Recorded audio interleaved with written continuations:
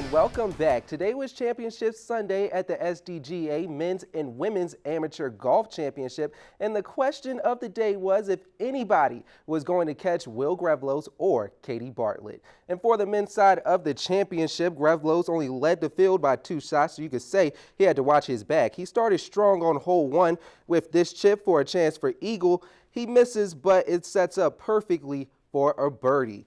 And Jake Lundin was right on Grevlos' heels as he came into today only 2 strokes back of Grevlos, and on hole 2 he would sink a birdie from way downtown. What a shot, and this is where Lundin started to smell blood in the water, and by hole 17 he'd pass Grevlos and the field, and he would build separation by sinking the birdie chip on 17.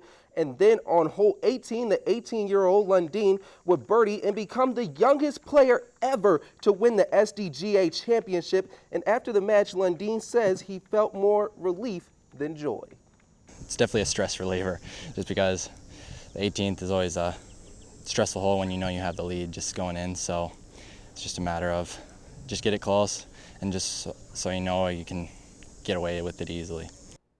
And for the women's championship, the final day would come down to a matchup we saw early this year at the match play tournament as Katie Bartlett and Maggie Murphy battled for the top spot. Murphy tried to gain control and take the lead on hole 14, which is the same hole she missed a birdie on yesterday. She would miss again but still be in the hunt. But just behind her, Bartlett looking for the birdie of her own on 15, a chip, and she would put it within a few feet, and that's enough for par, but Murphy would stay close at one point, even taking the lead before falling back by 1 stroke. And Murphy, she would end the day strong, finishing on a par and even on the day, but Bartlett was able to keep her at bay, beating Murphy by 2 strokes for her first Sdga Amateur Championship. And Bartlett was so focused today that she didn't even know that she won.